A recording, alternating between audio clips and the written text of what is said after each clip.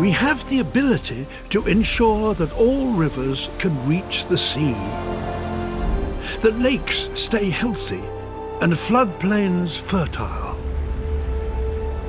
We just have to allow fresh water to do one thing: to flow. As it flows, fresh water creates an unbroken cycle across the globe, through the air, across the Earth's surface, and even underground within rock as aquifers. Throughout its journey, fresh water provides three crucial functions for life on our planet, including us. Firstly, everything that lives on land, from plants to insects to ourselves, needs fresh water to survive. Secondly, rivers, lakes and other freshwater habitats provide a home for millions of creatures. Finally, as water travels around the world, it carries sediments and nutrients. These form the basis of entire food chains, shape landscapes, and fertilize the places we now farm. All of this can only happen when the freshwater cycle is intact. But we've treated freshwater as if it were a limitless resource, part of an unbreakable system. We've peppered our planet with over 1 million dams and barriers, blocking the flow of thousands of rivers. Even worse, we've extracted more water than the natural cycle can replenish. Currently, humans use over 10 billion tons of fresh water daily. We transport water from where it should be to wherever we want it. We've turned torrents into trickles. When flow is lost, the entire freshwater cycle breaks down. The repercussions are devastating. Rivers dry out, fish stocks plummet, crops fail, drinking water disappears. Our impact is so great that freshwater wildlife is vanishing faster than that from any other habitat. Our challenge is to restore freshwater systems and ensure that everything we do with freshwater allows it to continue flowing. We can start with optimism because we are at a pivotal moment.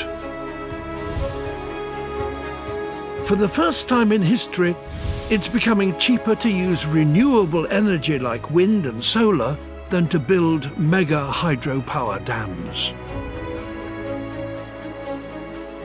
As a result, nations are investing in these green energies which don't force out communities, flood pristine forests, or block the river's flow. Some dams, however, may still be needed in the future to help us extract and store our water. So let's choose the best location to place them, avoiding main river channels and only where they'll cause least impact to natural freshwater flow.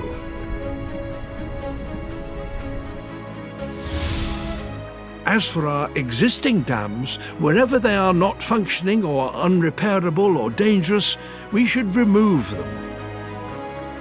The majority of dams, however, will remain, but we can reduce their impacts on freshwater flow. To do this, we need to replicate nature. All rivers have periods when the flow of water is greater. Freshwater pulses caused by meltwater or seasonal rains. We can copy these natural pulses by letting dams release larger volumes of water at the right time. These pulses trigger fish to spawn, disperse sediments and nutrients, and create the natural floods which make wetlands and farmlands so fertile. For many dams, with this single action, we can help freshwater flow more naturally and that will benefit us and our planet. We should treat fresh water like the finite resource it is. It's more precious than gold.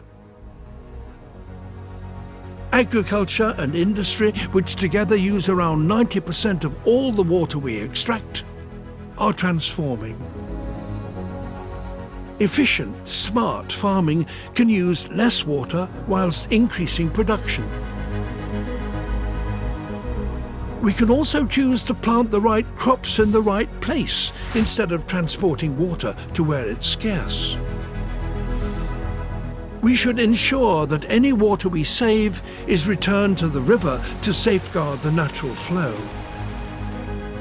Technology is also helping industry to use, clean and then recycle water back into their system. This circular process can reduce pressure on natural flow, save companies money and even generate clean energy.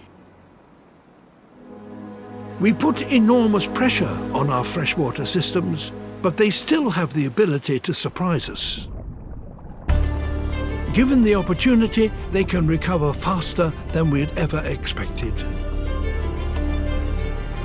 So just imagine the future when we work with the freshwater flow and not against it. Our rivers, lakes and wetlands and the wildlife in them can become healthy again. The seasonal pulses will benefit us once more, fertilizing our farmland. Our freshwater fish stocks will flourish. In that future, even our cities will work with fresh water. They can become like sponges.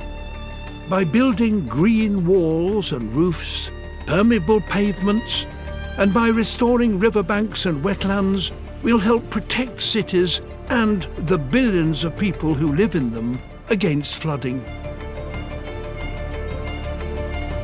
Even better, we'll have more wild spaces, and we'll help bring wildlife into the heart of what most of us call home.